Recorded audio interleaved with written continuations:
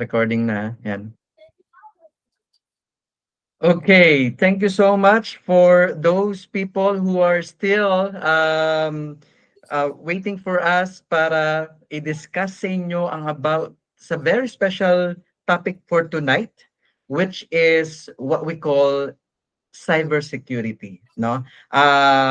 I myself is very much happy na nakasama ko ang dalawa sa mga kakilala ko na experts when it comes to cybersecurity.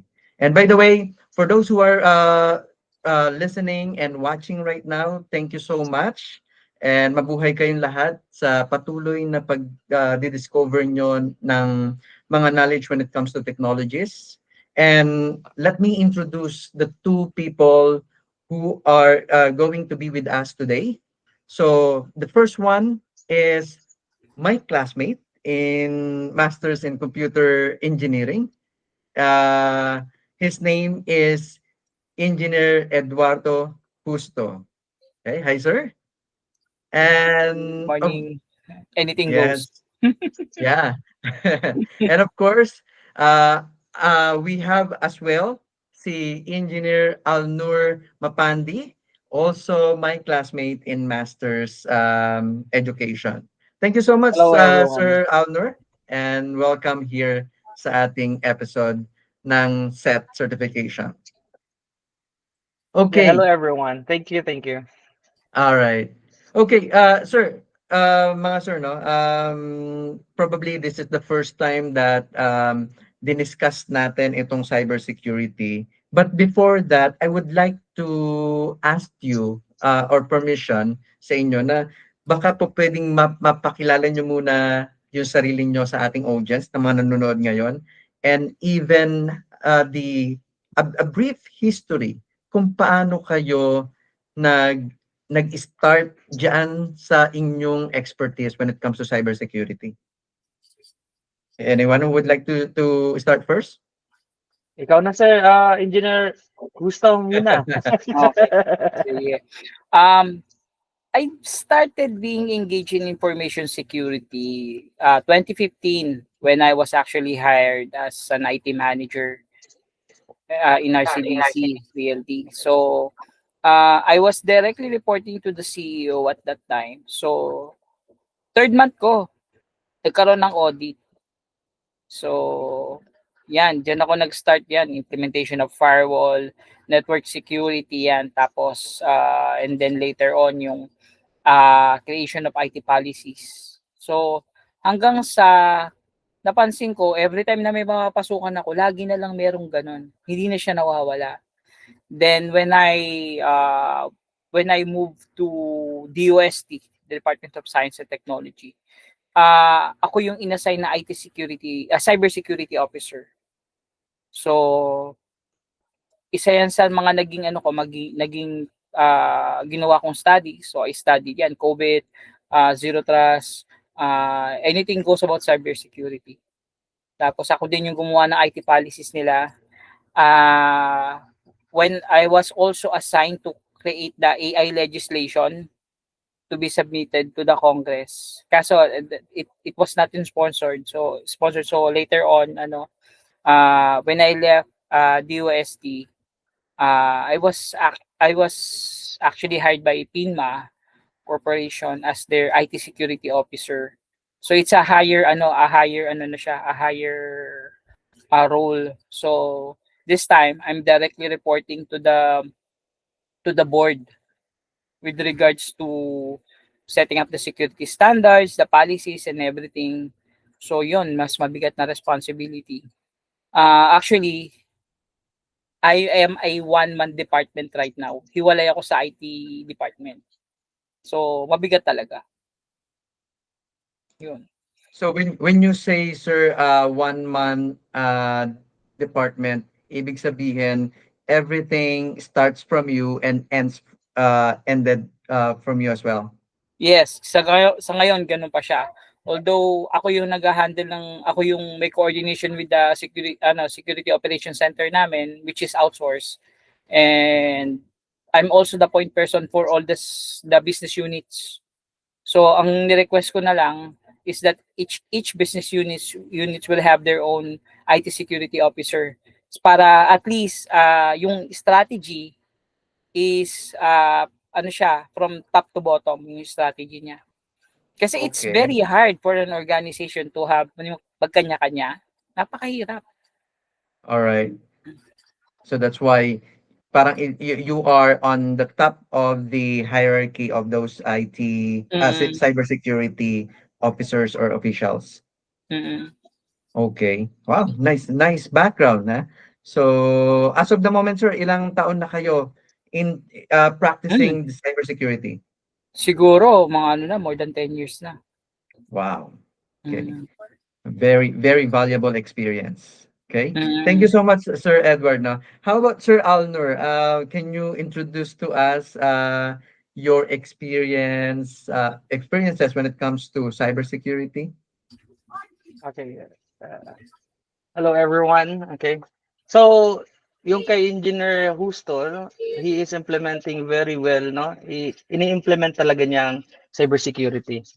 For Mm-mm. me is not just it is not just directly I think uh, bound sa cybersecurity because it's one of my profession, no?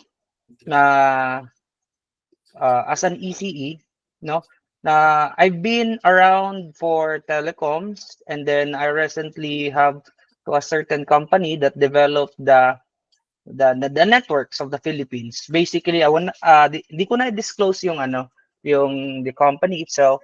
So because it's a private sector, basically I help build the the the internet, no? The internet of the whole Philippines.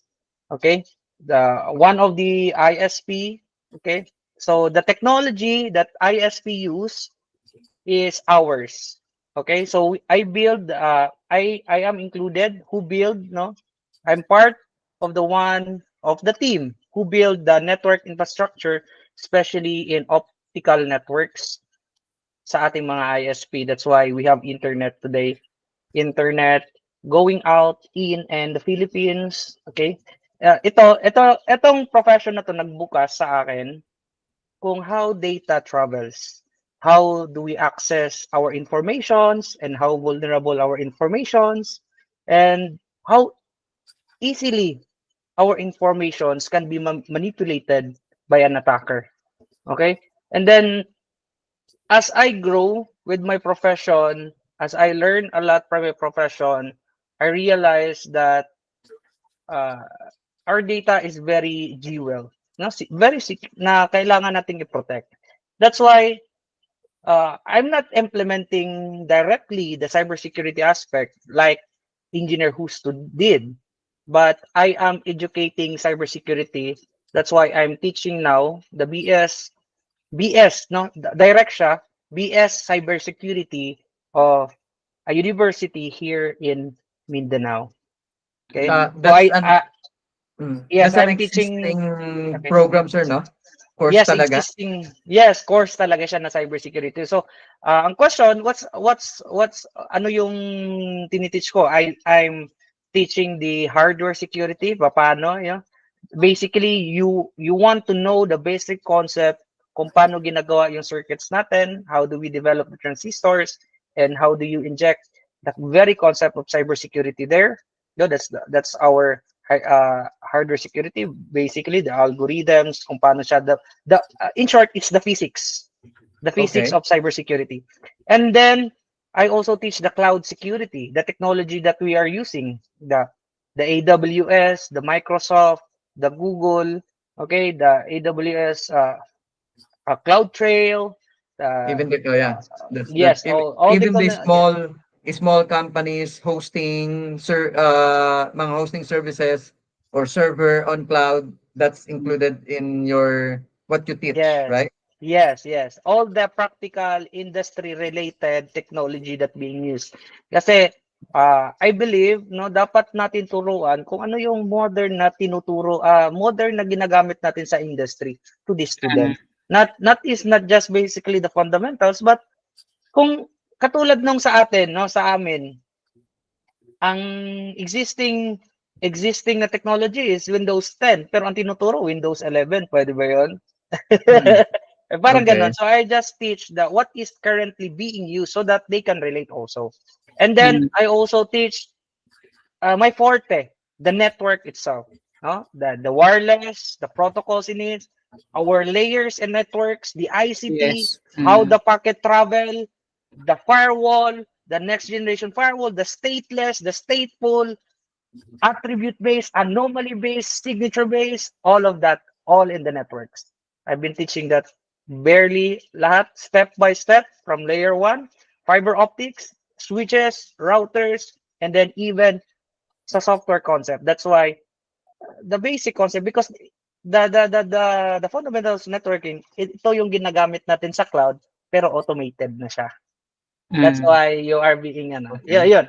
I relate Wow. all of the things. So, Just to add to um, that, kasi very important yan, especially the OSI layer. Kasi Yes, yes. pag ikaw in-interview ng isang for someone na actually ako, if I interview a candidate that's applying for a cybersecurity analyst, tatanungin ko yan sa OSI layer. Yes, very very basic and very to the heart. That's the heart of our cybersecurity. Kasi pag hindi niya ma-explain yung OSI layer, hindi ko i-hire. Okay, may classification kasi ng OSI layer. We have the theoretical, which is the fundamental. Yun yung OSI. And then the practical that we use is the TCP/IP model that has the four layers. Kasi Ayun. for example, if I'm going to ask, for example, ito, I've experienced this, may nag-apply sa akin, I have a parang candidate. Yeah. Sabi ko sa kanya, nakikita mo yung computer na yan, can you show me where the OSI layers? Ang sabi niya sa akin, ay sir, ang OSI layer is just a theory. Sinano niya ako. Hindi pa pwedeng ganun. Kaya you must know the physical. What's the physical? What's the MAC address? Kailangan alam nila lahat yan. yes, sa network, networking. Kasi you cannot defend if you doesn't know the very very concept. Correct. You cannot defend and you cannot troubleshoot if you do not know the OSI layers. Yes, very very Correct. exact, Engineer Justo. Yes. I just wanna ask mga sirs, no? Gaano na ba kalala ang threat dito sa Pilipinas when it comes to cybercrime or any criminalities activities when it comes to digital? Gaano kalala? Siguro I'll answer first, no? In terms of the threat landscape natin, medyo we're on the peak. We're on the peak talaga. Siguro if I'll give a score of 1 to 10. We're at 9.8. Ganun kataas yung peak ng threat landscape natin ngayon. Unfortunately, a lot of cybersecurity experts hindi rin sila makapag-react or makapag-depend ng tama kasi merong budget constraint. So budget constraints, hindi knowledge. Totoo, budget constraint. Doon pumapasok yung role ng katulad ng role ko wherein I would talk to the board, request for a budget, depend for napakahirap. Because you're talking to non-technical people. Why did you say budget ang kulang?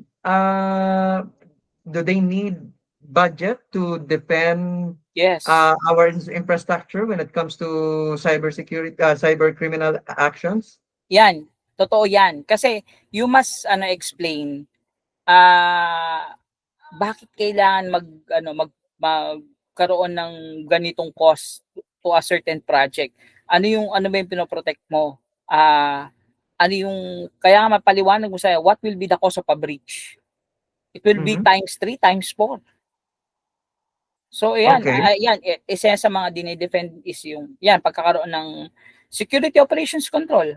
Yan, mga cybersecurity analyst, hiring pa lang, magpapa-approve ka lang ng mag-hire ng tao, mahirap na. Budget na, no? Tsaka budget na yun. And then, ngayon, medyo, I don't know if nababalitaan nyo, pero ang cybersecurity insurance ay ino-offer na rin sa Pilipinas, unlike before.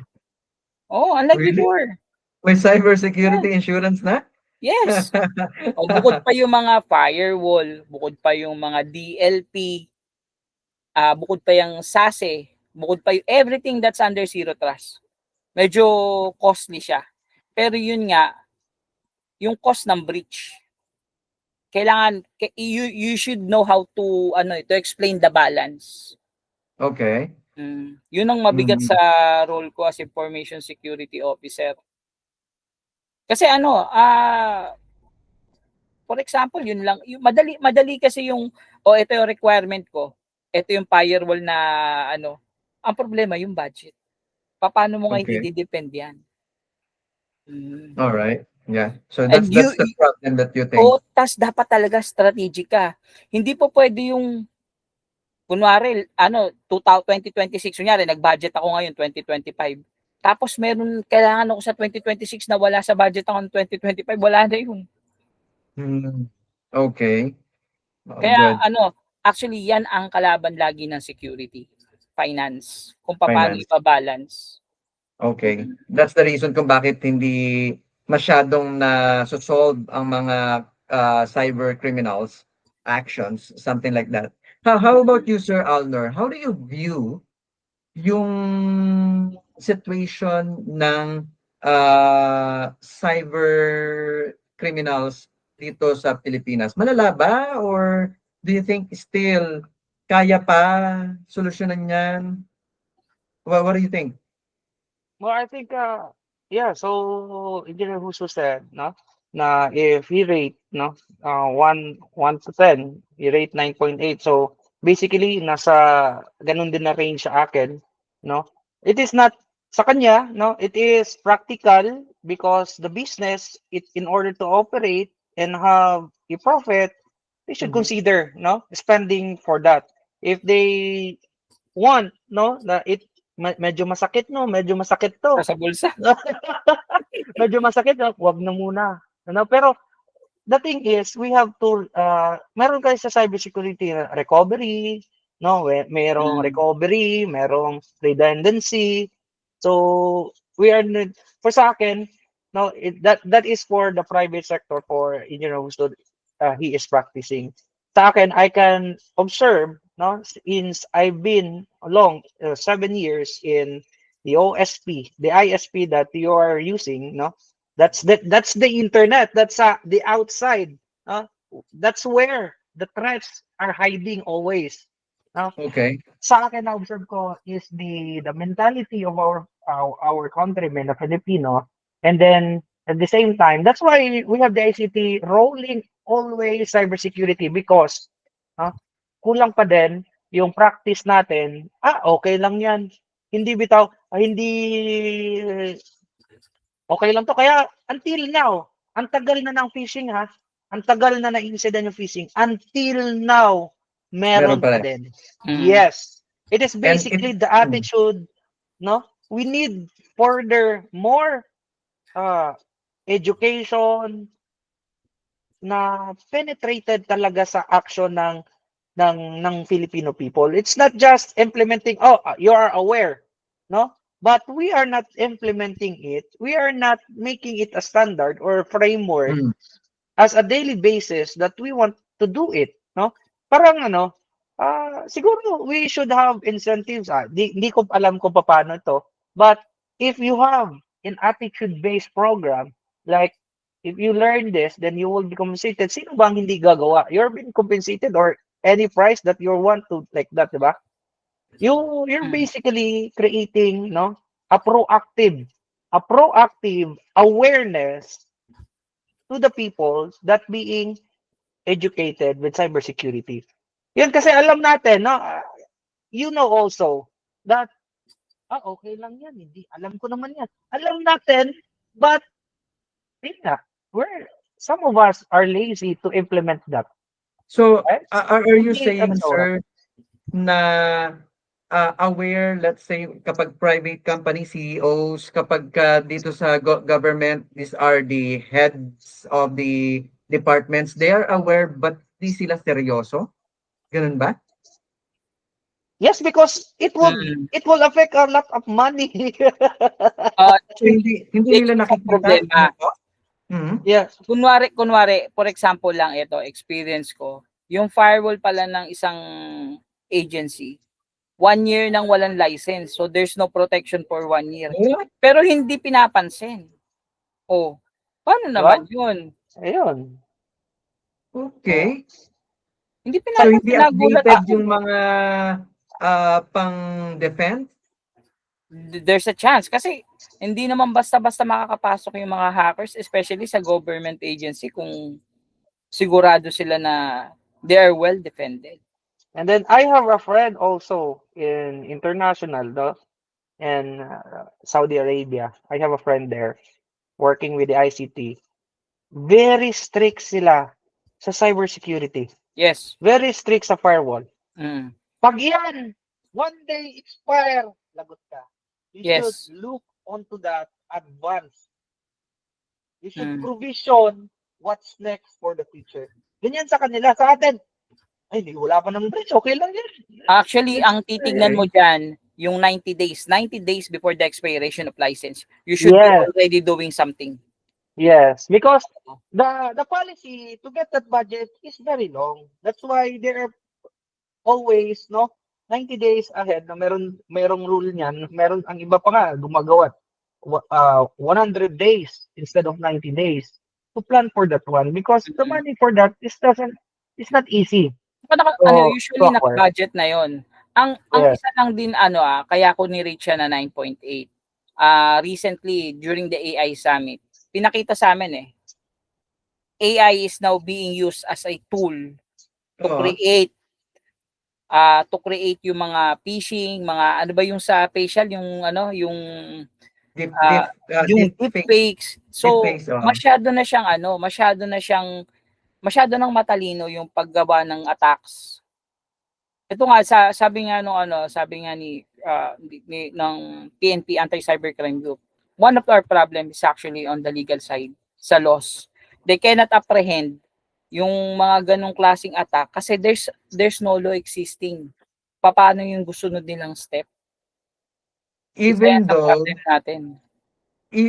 though na alam na nila who made the certain action, huli na nila yon kung sino yon, at kung let's say nagpo-fall siya sa like damage of property, so on and so forth, hindi pa rin ba mahuhuli kasi walang certain batas using this specific technology na ginamit ng criminal? Oo, kasi for example, gumamit sila ng VPN. They cannot detect that. So isa yun sa problem nila. Kasi nga wala tayong nag-exist na law. Although we have certain laws na pero may kulang pa rin. Di ba actually nang galing na rin sa kanila na we need to have a better cybersecurity legislation para ma-implement yung mga ganong klaseng, para ma-evaluate kung anong kailangan gawin para sa mga ganong klaseng incident. Kailangan talaga natin in short, that is just a framework to implement the cybersecurity. Kasi wala silang hahanapin. For example, if you don't, for example, hindi mo i-implement na dapat ang isang private company, if you have, if you connect to a certain network, you should have at least, we will practice at least meron kang preventive, or for example, kasi pag may framework natin, pwede natin, katulad ng CCTV, di ba? Pag kakuha ng pulis, titignan nila kung ano ang laman ng CCTV. No, so for our digital, we should have also a CCTV. That's why we need that one. No, pag i-implement yan, I don't know what department should implement that one, and we should advise every private sector or even the government to implement at least minimum level of security para meron tayong logging and monitoring kung sino ang lalabas, sino ang papasok. Then we can catch the criminal because we can trace.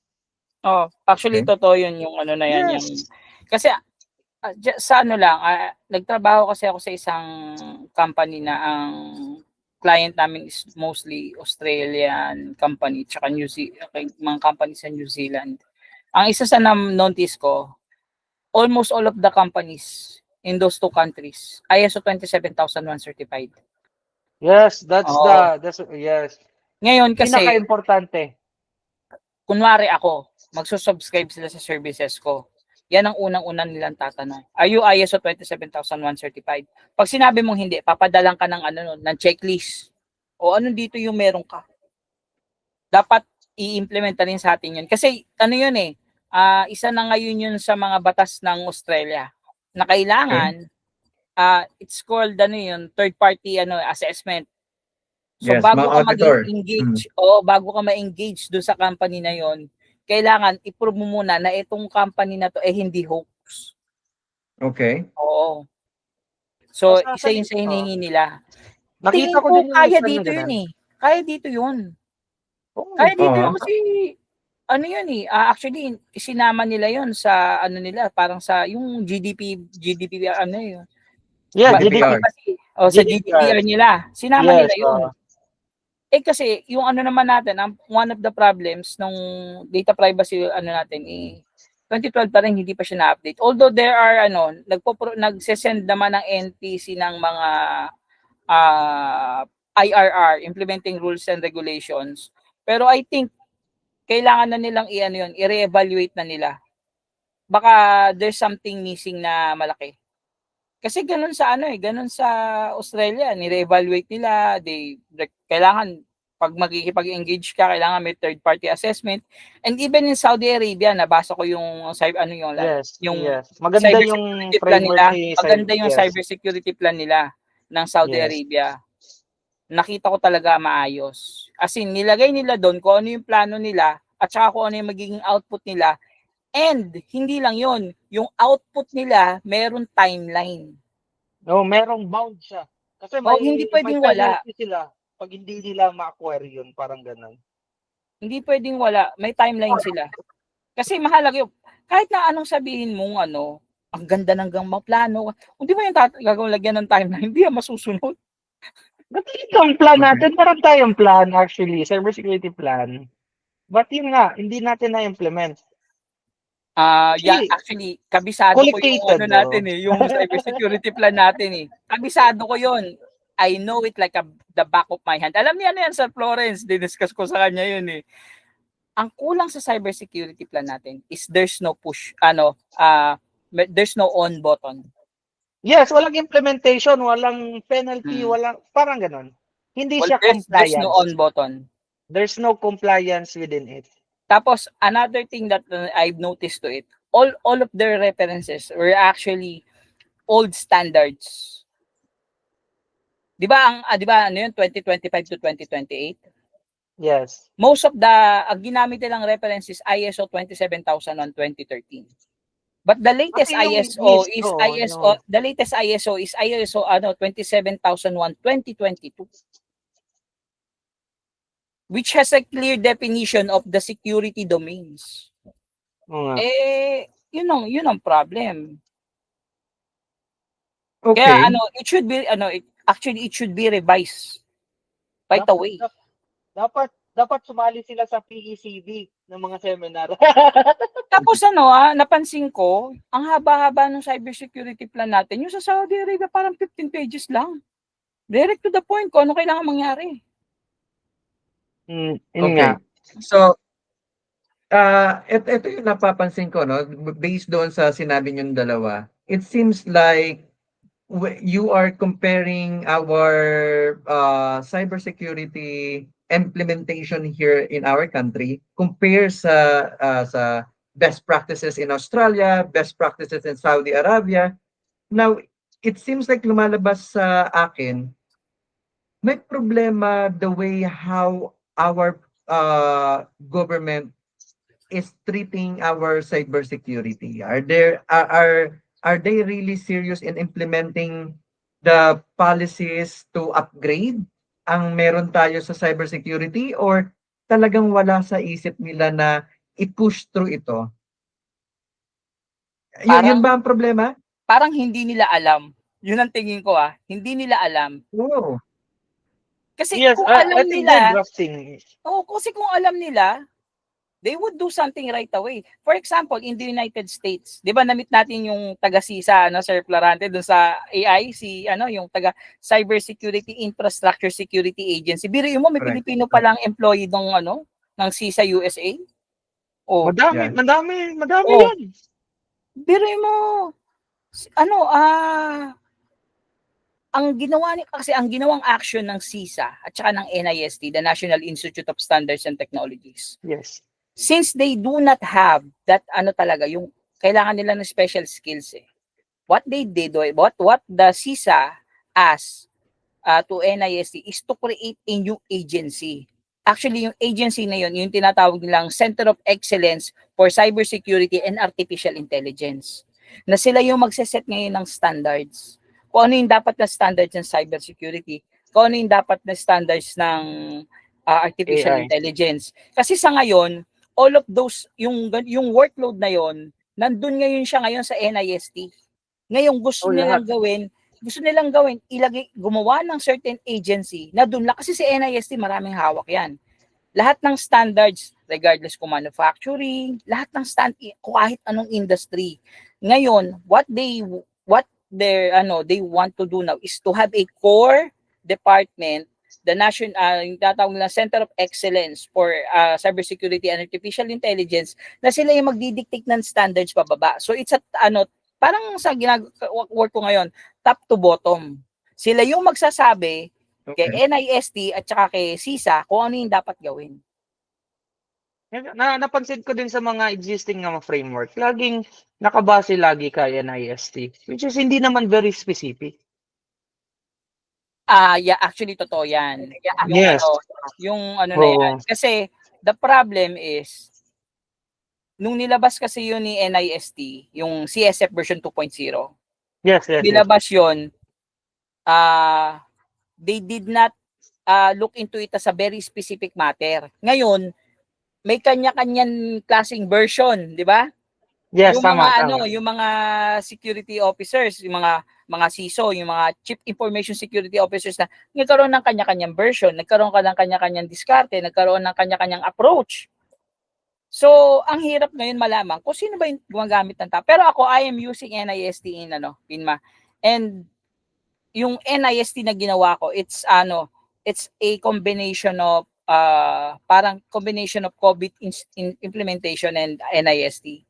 So ako, sigurado ako tama yung aking kaya ko nga ginawang thesis.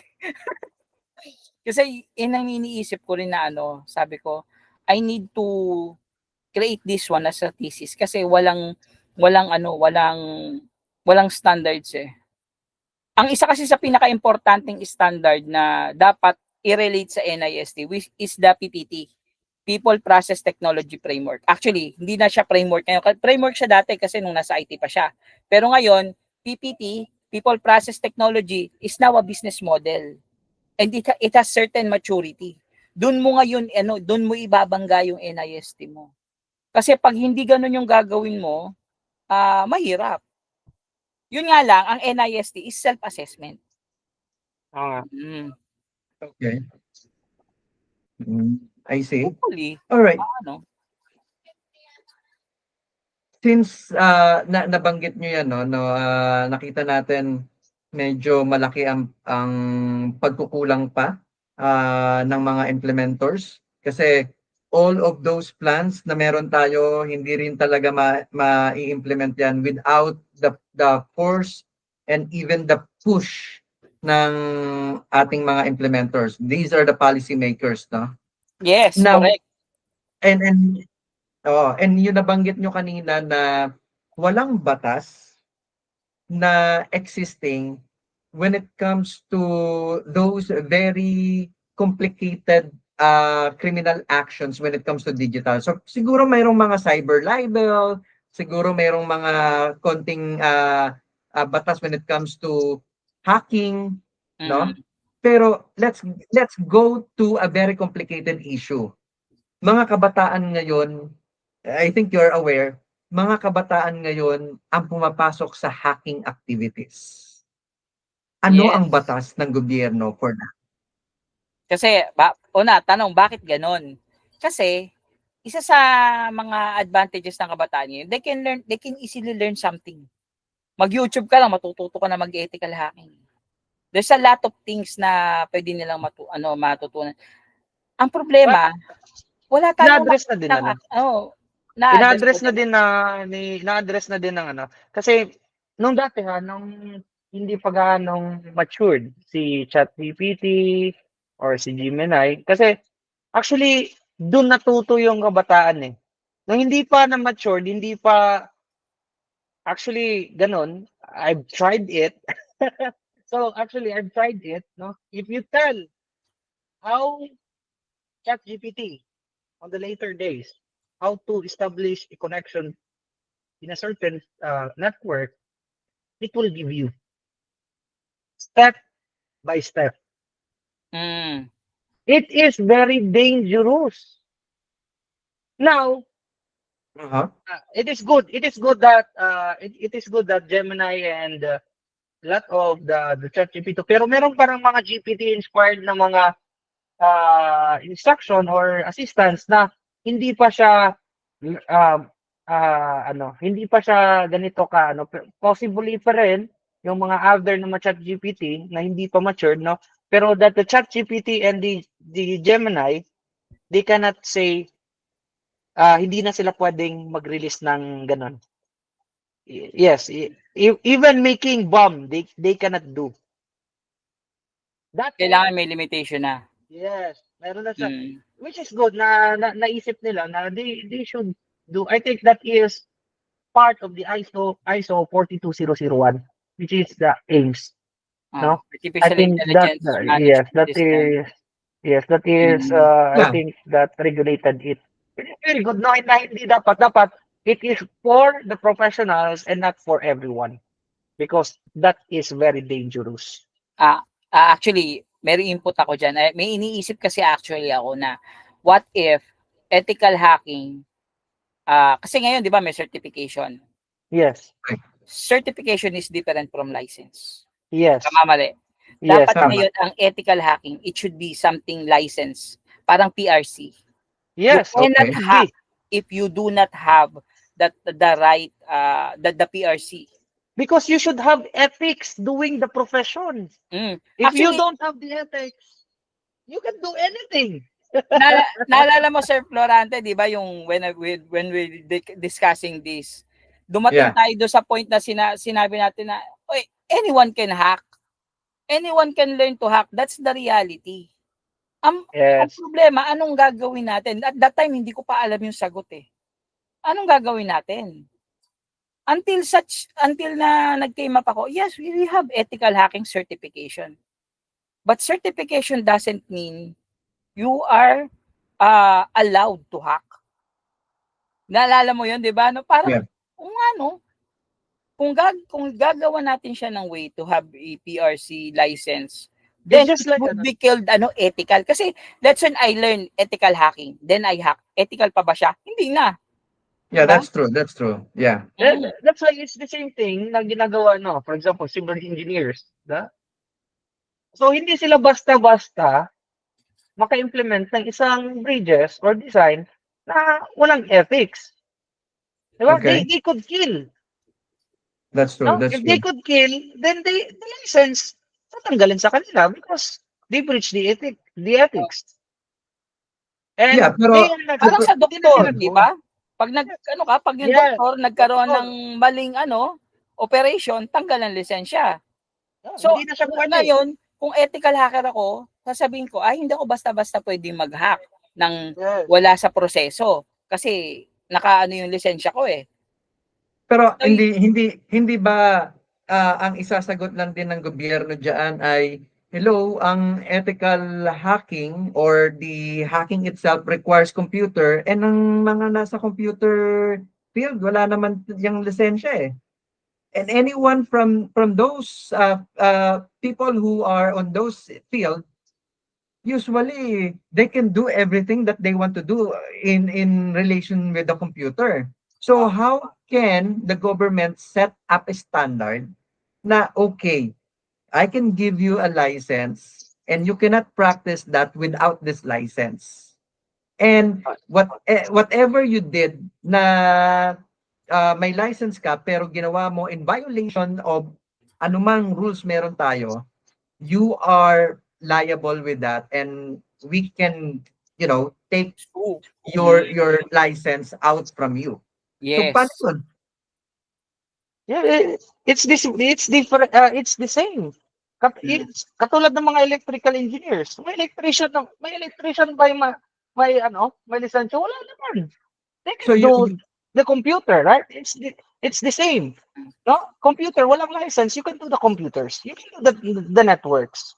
Ito, Yeah, may question ako kay kasi Sir bagong Arthur. technology eh. Sige. Yan, may Hmm. question ako sa. Are you a certified ECE? Yes. But are you a certified ethical hacker? No. O, yun. Kung lalagay natin siya, kahit siguro sa like, all of the engineering, di ba? For example, ECE, computer engineering, kahit computer science, kahit Yes. IT, Oh, yes, pwede natin i-apply yun na magkaroon ng PRC license for specifically for ethical hacking. Ano ang kagandahan niya? Number one, if we're going to do that, we are the first country that will going to do that. Yes, that's very Okay. Diba? True. Number two, we would produce more cybersecurity analysts na hindi lang certified, licensed pa. So technically, the Philippines will be parang hub for cybersecurity experts. Kung Okay. mangyari yun. Kung ikaw mag-IT, doon ka na lang. Kasi the cybersecurity Yes. have computers. Discuss. You cannot do cybersecurity if you're not computer literacy. Okay. I wanna play as devil's advocate here, no? Diyan sa sinasabi ninyo. And I want just to play a devil's advocate. What if merong bagong technology na that would parang hindi include doon sa sineset ni PRC or ng government na this is ethical and this is unethical practices. May bagong technology na hindi include dun sa dalawa. So, is that still would prove na okay, dapat may lisensya ang ethical hacking? Pabago-bago ng technology tayo. Like for example, no, I could say na hindi ko siya hinak kasi walang proof. Yes. Pero ang totoo, I did something. So, how could the PRC would give me a rule na hey, hindi, gumawa ka ng illegal based dun sa standard natin. Wala nga, bagong technology. So, paano yun? Then, doon papasok yung digital forensics. It should Actually, be proven. Actually, if the company ISP, if the ISP is open, if partnered with our government, and it is open to open the rules, actually, in ISP is enough to monitor the digital space because our traffic is always going to the ISP, and ISP has a monitoring for that. Yes, it is basically, di ba, nung panahon, pag may kinidnap, mag-ransom, tumawag. Di ba? Sinusubukan mong magstay sa line para Capture yung location. It's the same as that. If you want to capture that one, if you have monitoring, yung sinasabi natin na we should implement at least monitoring of our daily packets going in and out with our networks. If that is being implemented, then we can solve many problems in terms of our digital. Diyan pumapasok yung tinatawag na listening. Yes. Yan. Yung paggamit ng mga tools like Wireshark. Yan. Yes. Doon siya pumapasok. And then Pero actually maganda yung point ni Sir Florante doon. So paano nga pag ganun? I think kung mangyari yon, it's already a clue for the government to start thinking.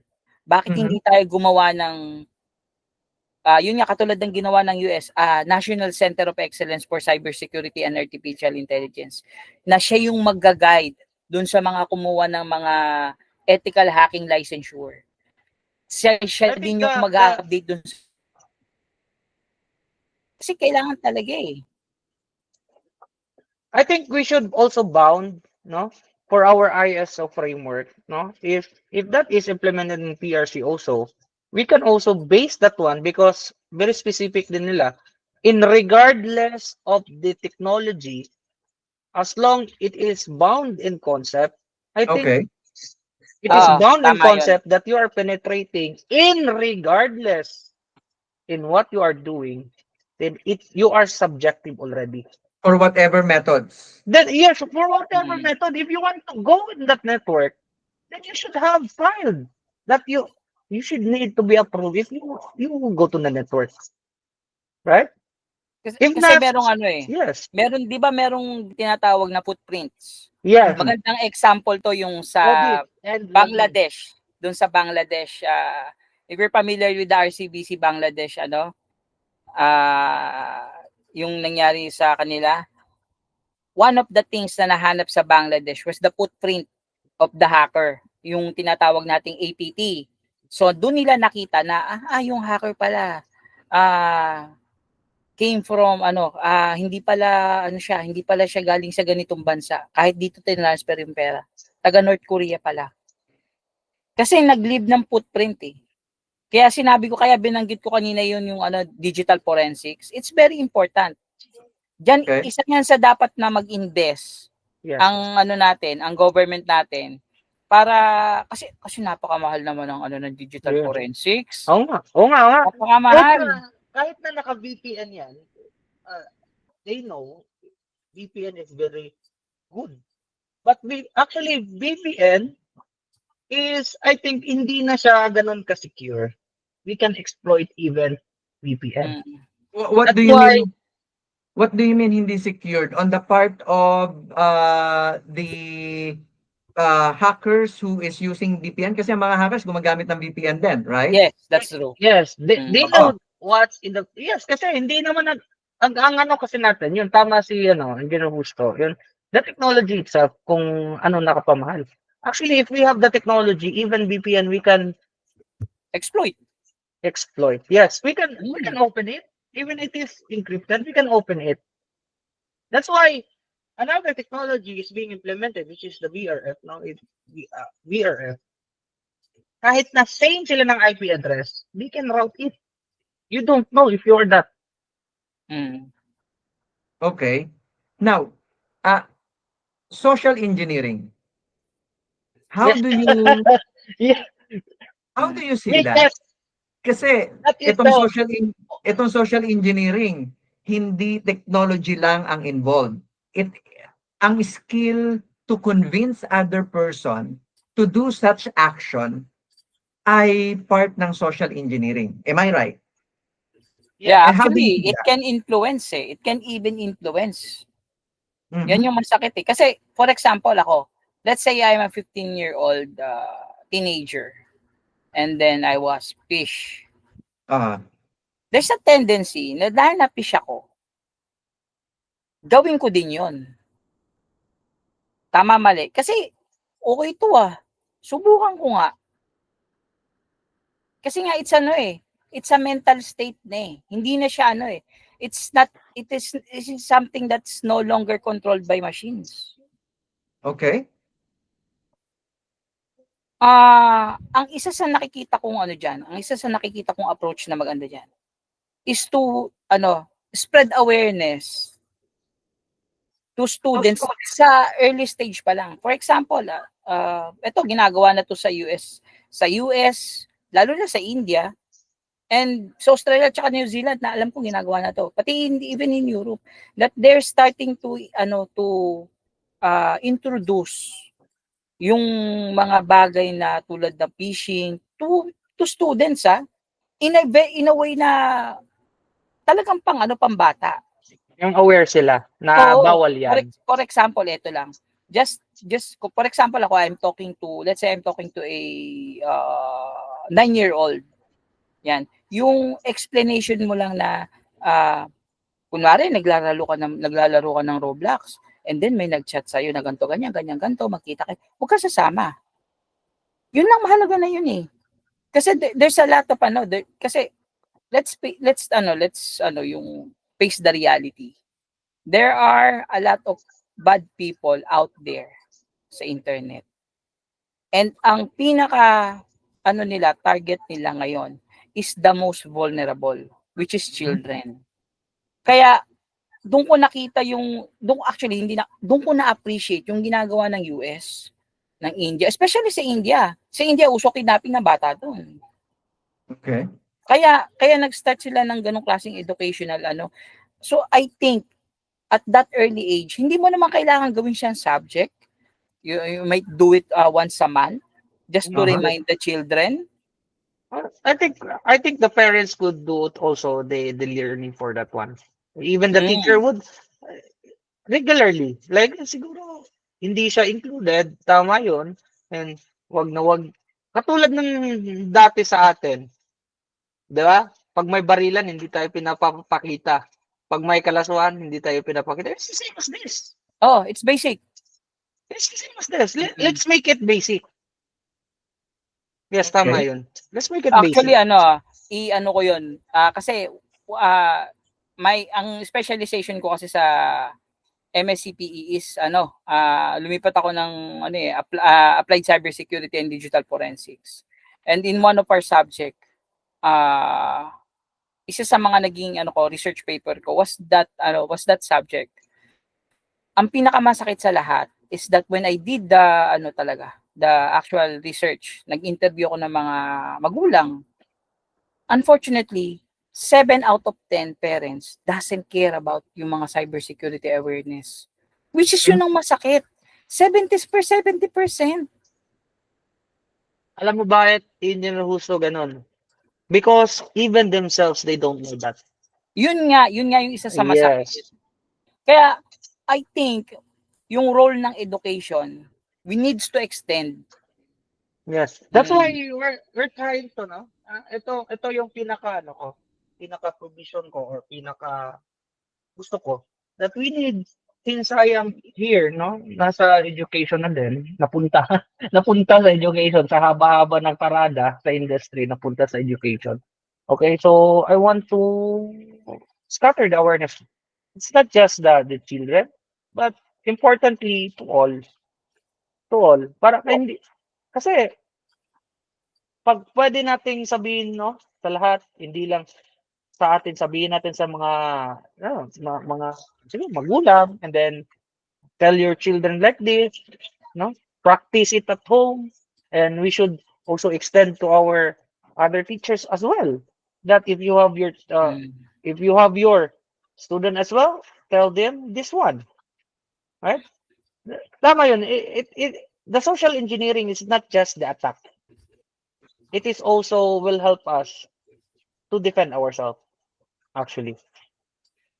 Yun nga, actually, naalala ko tuloy yung sa dun sa isang presentation ko sa mga prof ko sa masters, no. So when I did the presentation ng cybersecurity awareness, I mentioned that actually the human element is the weakest link. Yes, very weak. Yun yung isa sa nakikita kong problema. Kahit na napaka-robust ng technology natin, kahit na top gold or like gold standard yung technology natin.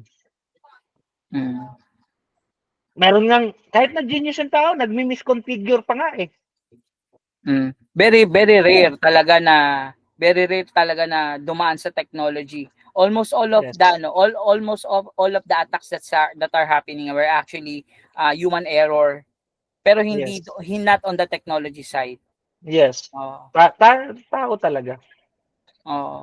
Kasi parang ang lumalabas pag may mga nabasa nga akong books, it's 99% human, 1% technology. Okay. Yun ang Nanausap din natin to sa Philippines naman, di ba? Merong scam, merong phishing. Wala naman rin narinig na nakuha yung sa ng network, wala. Ano narinig natin? Always phishing, always Gcash, always e-wallet, walang naman. Always click here, click there. It's the same. Parang Actually, isa dun sa na-mention ko dun sa ano ko sa presentation ko. Sabi ko, kaya I opened up this ano yung sa education side. Kasi sabi ko, on the last part of my presentation, my keynote ako. It is important na at that age, they would learn something about cybersecurity, kahit yung mababaw lang. Kasi as they grow old, they would know the good from the bad. You're Basically, talking daily hygiene. for the kids. For the kids. Yes. Ito yung mga mula sa bata pa lang. Kasi you're not just educating. Ang in one of the words na ginamit nung isa sa mga sinusundan kong CISO, you're evangelizing. Ini-evangelize mo sila so that as they grow, they would learn what's bad and what's good, which is very Alright. important. So kunwari ako, I started 9 years old. Let's say school, mayroon silang data privacy officer, and the data privacy officer is actually teaching awareness. Let's say once a month. Yes. No, once a month. Then as I grow old, I would remember that. 'Di ba? Hanggang Tinuturo sa dati sa amin to. Parang ganun ba? yes, hanggang sa dumating ko. Let's say I'm already 15 years old. Ay nare-recall to, tinuturo to sa amin ng bata pa kami. So eventually, you would have a more positive or a better citizen in the country. Instead of having those citizens na, "Pucha, nahaka ko, kailangan mag-hack din ako." Ganun. Hindi ganun. Okay. Tinuturo So, din sa atin yun, no? Katulad ng magnakaw, di ba? Maliit pa lang tayo, Yes. huwag kang magnakaw. Yes. It's the same thing. No? Mm. We should treat it as a daily hygiene. Na, uy, beware, masama itong ganito. Huwag mo gawin yan. The same as, huwag kang magnakaw. No? Huwag yung kunin yung hindi sa'yo. Yung parang ganun. Yes. Kasi ngayon, it's different na eh. Hindi na nakaw eh. 'Di ba? It's already a different we're living in we're living in a world wherein digital footprints of what we're going to do will have an impact on us as we grow old. Okay. Yeah, correct. Especially right now, no? Kids can access AI, artificial intelligence, wherein, gaya ng sinabi nyo kanina, AI could easily teach them how to create certain tools that they can use. Parang hindi sila aware na this would cause bad sa other person, and yet they can implement that easily kasi meron yan tools, right? Yeah. So, yeah, Tama. correct. No? Actually, dun sa isa kong research, dun sa research ko pa lang yun. Hindi ko na lang sinama dun sa paper eh. Pero I have one question wherein ang in-interview ko puro bata around between 9 to 12.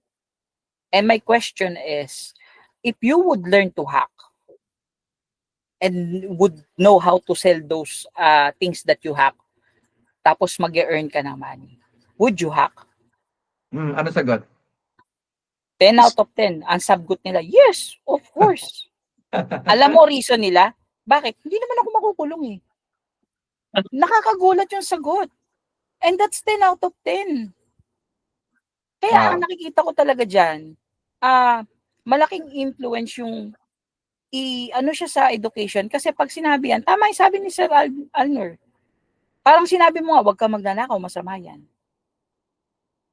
Di ba? Mhm. Kasi alam na nila eh. Alam na nilang lusutan eh. Kaya kumbaga, we need to fight psychology with psychology. Just like AI. AI is a double-edged sword. Mhm. Di ba? Yes. You can even fool AI. And do such Yes. thing that we want them to do, right? Naalala ko tuloy yung when Florence and I, in-invite ko si Florence sa AI Summit. And we're talking, nakita ko ni Florence ni taas ako ng kamay. I was asking for the mic to ask a question to Colonel Guillermo of the PNP Anti-Cybercrime Group. And my question, kasi na-recall ko nga yung sinabi niya na they do not have the right legislation right now in Congress to support them. So I asked the question, do we need IT people in the Congress? Sinabi niya, yes, we need right now. Kasi we need a different mindset na eh. And then, ang tanong niya sa akin noon, na ano din ako doon sa tanong niya, sabi niya, the problem is, how will you get into Congress? Paano ka mananalo sa Congress? Natawa ko noon kasi bigla ako out of the good the good conversation. Out of that good conversation. Nasabi ko, what if we have a revolution? And the people were actually clapping and parang they were naging excited sila, nabuhay yung crowd. It means that kaso clear ko, I said an IT revolution. It means the unification of IT people para sabihin, kumaga, they should be interested in the legislation making. Nandun na tayo eh. I can remember someone even mentioned that if we have 300 congressmen, 150 or half should be IT people. Kasi it should be balanced na eh. Yung mga laws na dapat, legislations na dapat nabibuild sana, wala eh. Hindi natin nakikitang gumagalaw. And that's sad, napapag-iwanan na tayo. Look at Europe. Look at the way they do laws in the Western world. They're very concerned.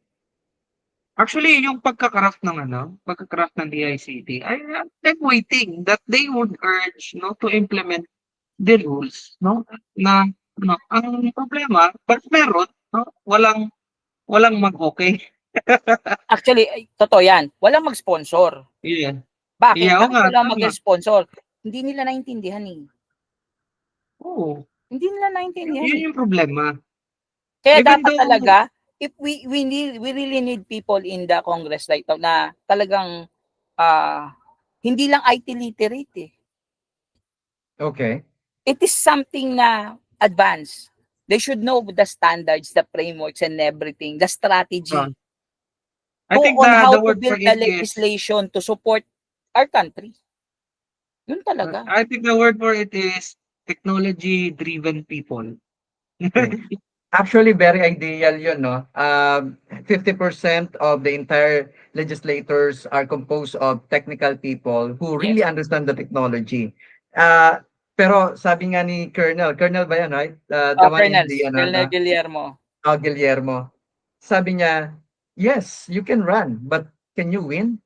Kasi we know our society na technical people who are considered genius, they know the know-how, they are not good in terms of convincing people to vote them. Kasi they are serious in doing their things and people is always are always looking for someone who can converse and communicate even though the promise is not true. And technical people are not like that. They really want to do something and they really want to deliver the promise. The problem is people don't want that kind of words, 'di ba? Kaya nga sinasabi nila, "Mananalo ka ba?" Ito yung promise mo, pero hindi maintindihan ng tao eh. Ang naiintindihan ng tao, bibigyan kayo ng bigas, bibigyan kayo ng trabaho, pera, something like that. These people who are giving promises are these people who are non-technical people. They don't even understand what infrastructure, technology infrastructure is. So that's the reason sila ang nagdo-dominate. Kaya every time someone who would like to propose, okay, ito yung gagawin natin para we can advance our technology, hindi nga sila papayag dyan, right? Yes. Actually, na-recall ko tuloy yung sinabi ni Sir Toti Casino, no? We are IT people. We know our business and we know our trade. Diba? Unfortunately, because we know all of those things, sometimes we'd rather stay sa private company kasi aminin na natin ang totoo, mas malaki sweldo ng IT. That's true. Paano pa naging CIO ka pa, naging CISO ka pa, 'di ba? Totoo natin. That's one thing na nawawalan sila ng interest to advance something kasi hindi na pumapasok sa isip nila 'yun eh. Kasi yun nila eh, yun ang Kaya nga I remember sinabi to ni Bongbong Marcos, I remember this. kailangan natin ng mga people na merong CISSP, CISM certification.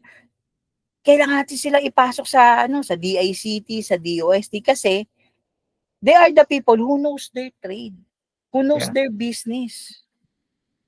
Ang Pero walang problema, interesado. ang isa pa kasing problema, ang katotohanan niyan is a lot of IT people doesn't care about civil service. It's true. Totoo, di ba? That's true. Di ba?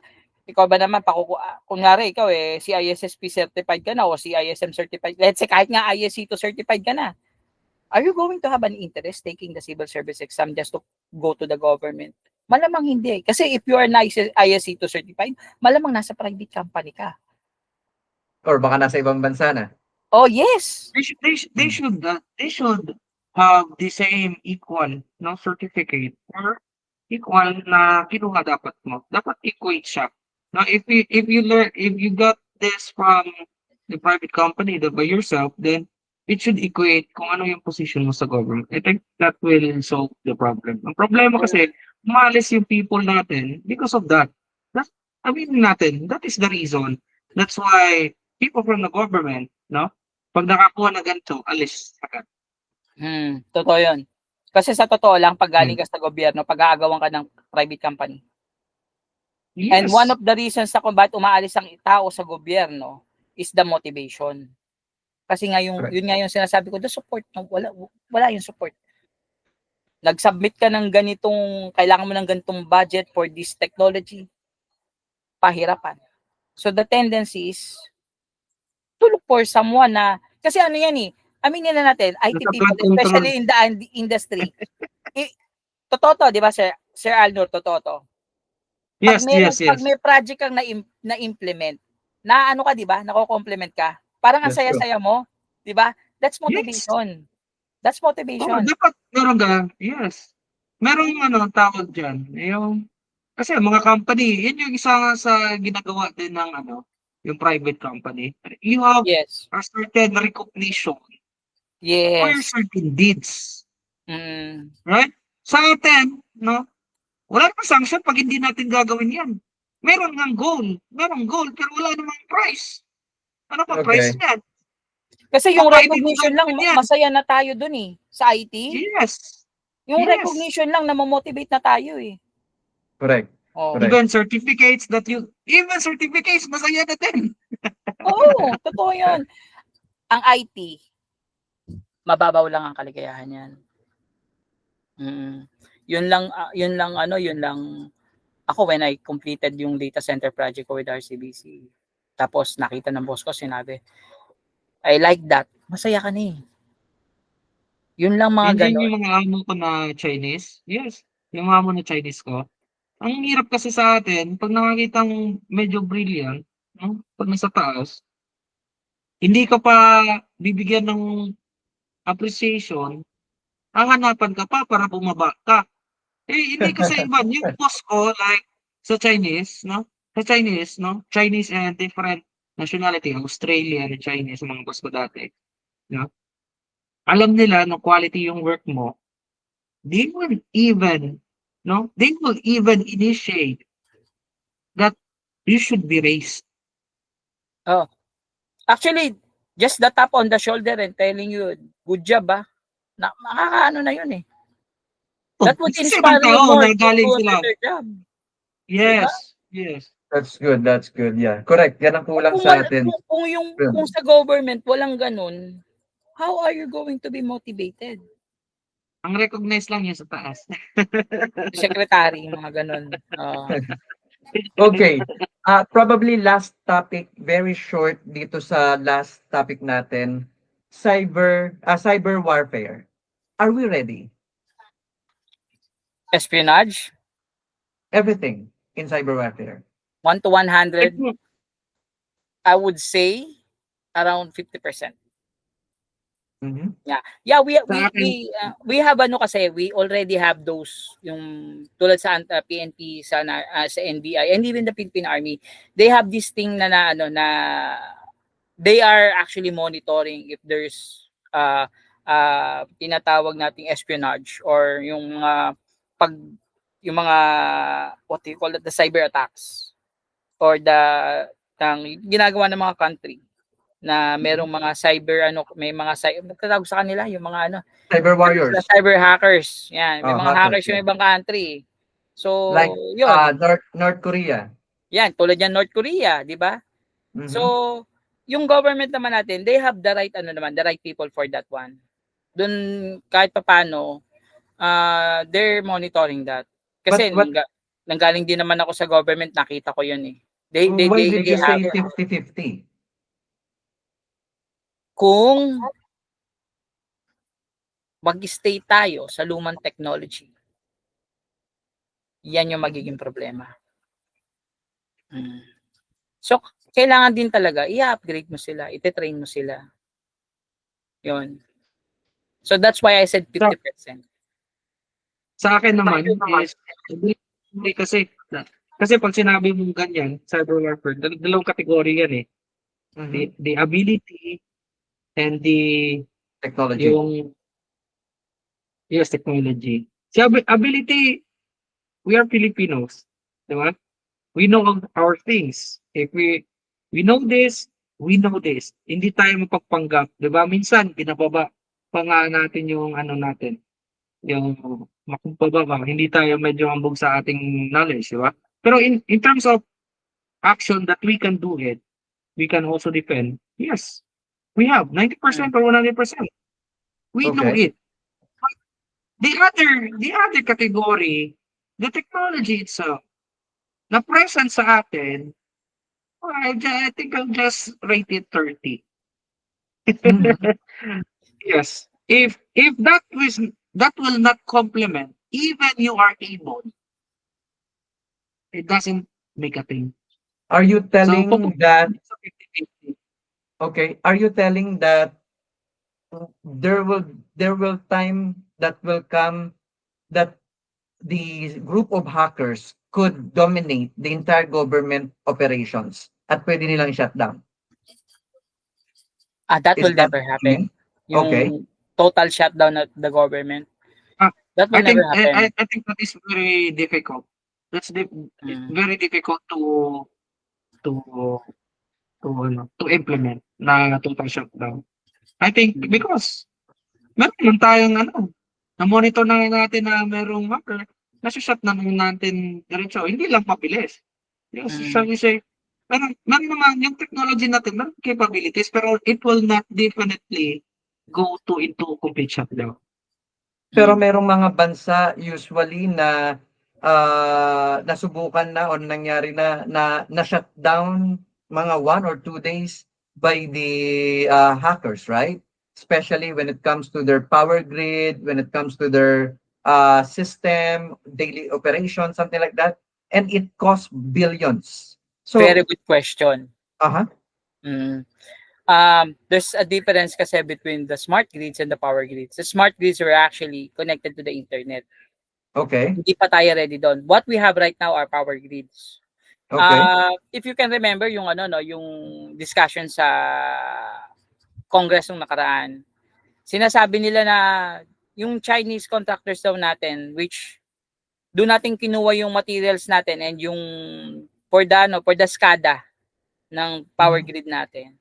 Sinabi nila na ma-hack tayo ng China. But technically it's not. Kasi it's it's a closed loop. Walang internet yung power grid natin. Okay. It can never go smart. So malabo siyang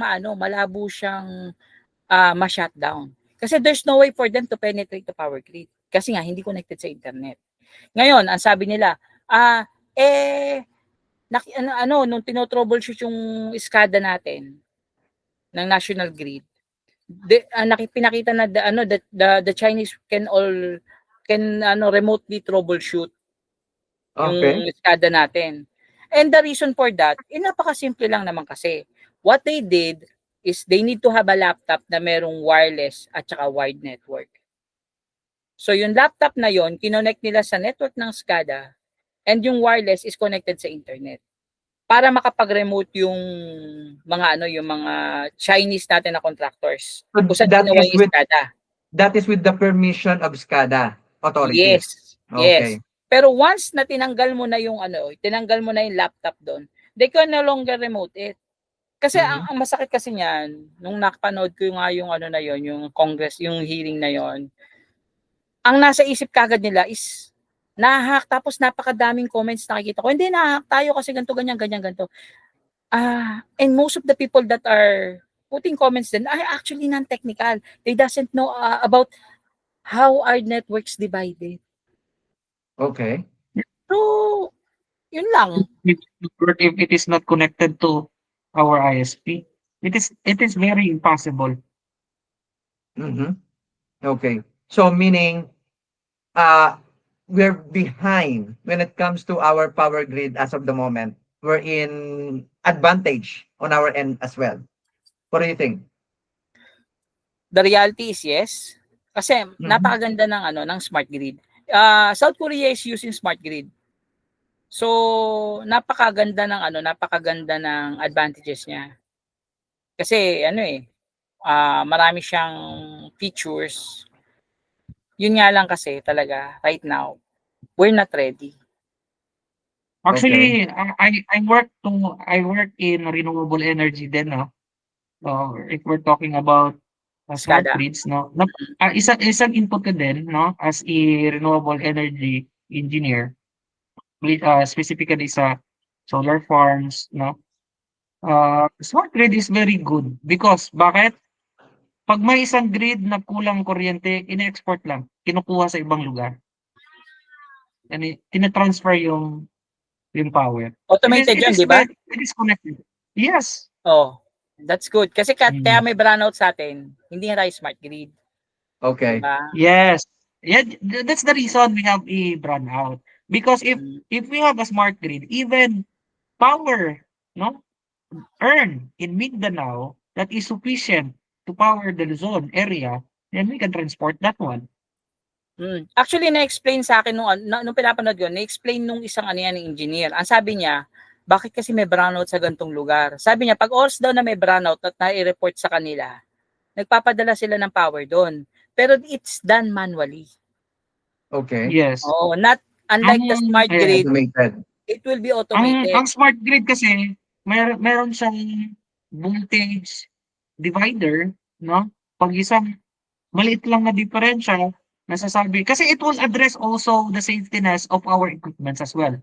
It is a Correct. positive Yung mga for sensors. our manufacturing plants, no?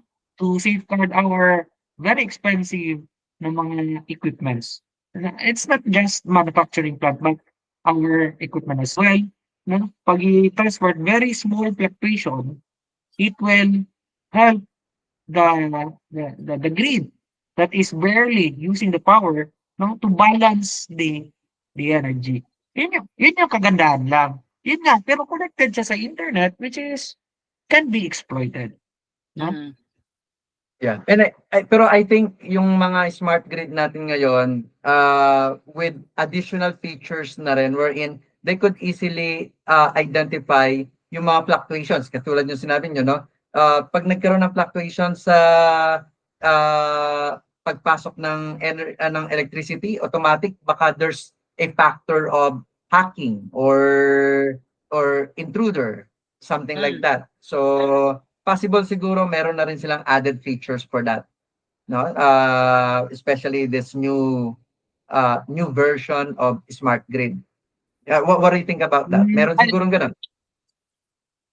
For the software itself, no, sa smart grid, I think they are not focused on the cybersecurity Oh, of the certain software. No, they are only focusing on the automation of our energy. No, they are giving oh, the cybersecurity na option dun sa ating networks talaga. Kasi Yes. that is our entry, the door of our private network. but Actually yan din yung sinabi nung nung CISO ng National Grid na in terms of protection, dun kami sa IT o IT network. Iba kasi yung IT network sa OT network. okay. Yes. I-explain niya yun Yung OT network natin, that's the SCADA. It's not connected to the internet. Ang ang role niya is to protect yung IT network. Yung ginagamit ng mga empleyado. hindi yung ginagamit dun sa smart grid. Okay, now Yeah. question. Have you heard what happened to Spain a couple of months, I think, or few weeks ago? Like 2 months, something like that. Totally almost blackout. What Mm, is that? yeah. Mahirap kasi malamang yan hindi nila ini-disclose. Tama, Alnor. There's a Mhm. chance that they do not disclose it. So what They do you do not what do you think disclose about it? because it will damage the reputation of a certain company. Mm, Is It's not that just even the company but the government itself. yes. Mm. but do you think that's a display of power of those people who can manipulate the smart grid or power grid of a certain country? Espionage? Correct? Yeah. Yes, they can. They can do that. They can. Mm. And that means Actually, yeah. actually, we have a certain attack that is being produced in our foundry, which is our fabrication sa mga equipment natin. That is the very very serious attack na it called a hardware trojan because your chip design, no? If you're not able to manufacture it, you give it to a certain manufacturing plant. Third The party. manufacturing plant, no, it outsource. The design is yours, the IP is yours, but you outsource the manufacturing of it because you are not able to produce a mega manufacturing plant for just that design, no? Then they can exploit, no? For example, your Mm. chip is 5 nanometer. It could cost. It contains like billions of transistors, but the attacker can just put 100 transistors. Do you even test that one? No? Do you even test 100 transistor, 100,000 transistors over a billion? You cannot find it. That Okay. even that is the very pero I think this starting of attack. That's why this is the reason why USA banned Chinese products in the country. Because merong balita, no? Sa ilang manufacturing plant, pumasok sa kanila and then they test it as it's a certain silicon and they contain a small, tiny transistors Uh-huh. that open a backdoor, exfiltrate data. Okay. Actually, Yes, that's possible. you cannot, the problem of that, you cannot uninstall that. You cannot format that. You format the software, you format the equipment, then you flash another software, you turn it on, and the hardware trojan turn it on itself. That Wow. Actually, is a yan very yung, difficult yan yung because malaking isang challenge it can cause talaga. espionage. It can Ah, cause espionage. That's true. kasi That's true. dun pumapasok yung sa third party agreement eh. Pero if Yes. kung ganun nakalaki yung problema, how can you have a third party agreement? 'Di ba? Actually, it depends on Hindi the na country ano, itself. kasi country na yun eh. It's no longer lawsuits. Correct. That's true. Yeah.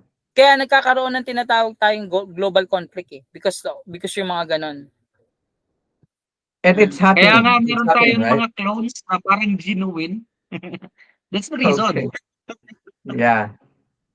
All right. So, sir, I'm very happy that you are sharing the knowledge that you have sa ating mga audience, no? And I believe hindi lang sila natuto kundi you inspire them para mag-aral pa gaya ng binabanggit nyo kanina. Let's all be aware of what is really happening to our technology and probably use it in our advantage at para mag-grow tayo as a nation pa rin, no? So, sir, siguro last part, ano yung saan kanila makikita or what services that you could offer to them at paano kanila makokontak? Inyo muna, Sir Eduardo. Right now no, siguro I'll also give my last message as well. Yeah, yes, So, yes. yan. hackers are always one step ahead of us, and we need to do something to to balance or to para makapantay man lang tayo. Mhm. Kasi that's one. Now, in terms of you can contact me. My email address is husto.eo@gmail.com if you have any questions regarding cybersecurity, information security. At the same time, I'm also one of the co-founders of CyberCats PH, which Wow. is our small organization na yun nga, one of our goals is actually to to spread the news of cybersecurity to children in the elementary edition yan. Kasi if we will start a spark, that spark will grow into a big fire. Kailangan lang kasi may magsimula eh. Just like in companies. Minsan kasi tayo as IT security, hindi tayo naiintindihan eh. Pero That's pag true. na-implement mo na, doon nila makikita yung, that's impressive. Diba? So, kailangan lang talaga may mag-start. Pag may nag-start niyan, tapos makita nila, the news will spread. And that will actually produce yung i-even natin yung laban natin sa mga hackers. Instead of them being one step ahead, it's us, that the people who depends cybersecurity will be more or will be one step ahead of them. Okay. So yun. And that's the man, Mr. or Engineer Eduardo Busto, who you can contact, no? Para he can help you when it comes to cybersecurity issues, something like that. How about you, Engineer Alnor, sir? Actually, may sabi ako sa defending is a kind of arms race. Arms race, yeah. Yes, it's arms race because you crack and then you implement another algorithm and then they crack naman. You implement another algorithm, they crack Okay. again. It's an arms race. No? And then it Yung is armas mo continuous. dapat advance always sa'yo. Yes, it is continuous, no? So, ganon, no? I've been affiliated with Cybersecurity Society of the Philippines, no? So, it's also my cybersecurity group that spread the cybersecurity awareness to all of the people and regardless of what age, no? And we are currently, siguro, kailangan tayo magmuha sa cybersecurity group mo, Engineer Justo. Actually, To yeah. spread the Good. awareness. Um, Yes. Meron ako ng school nakausap and I told them the plan na we're going to, what if we do this? Sabi ko dun sabi niya, sir, ang ganda ng idea mo. And it is something na hindi basta-basta naiisip ng someone kung hindi malalim yung pagkakaintindi sa cybersecurity. Because Correct. let's face it, the hackers needs to do one right thing. Tayo, we need to do things always right. Baliktad, di ba? Oh. Correct. So it's also in digital world, no, I help knowledging, equipping our everyone through knowledge, and also I am included also in the PIFU, the physical, no, the fire prevention organization. I'm Wow. included also, not just the digital. I want also to protect us, no, from the physical na Alright. environment. Okay. Yeah, correct. You can also find me, no, in I teach cybersecurity course here in University of Science and Technology of Southern Philippines main campus. Wow. Okay. And you can also contact them, guys, sa kanilang mga social medias. Like, for example, in Facebook, you have your LinkedIn as well, right? Yes. Yeah. So all you have to do is just find their names there, and you can browse, and you can also ask questions to them, or you can even ask them for consultation. Sir, thank you so much, and I hope that this is not the last. This is just the beginning of what we are doing to spread the message to Filipino people. Thank you so much. Bye. Thank you. Okay. Thank you everyone. Thank you for inviting me also. I'm very honored to be here. Okay. Thank you so much. Bye bye, everyone. Thanks everyone. I hope we motivate Bye-bye. people Thanks. along the way. Yes, yes. We should motivate it. Mm. Thank you. Bye-bye. Thank you. Thank you. Thank you. All right.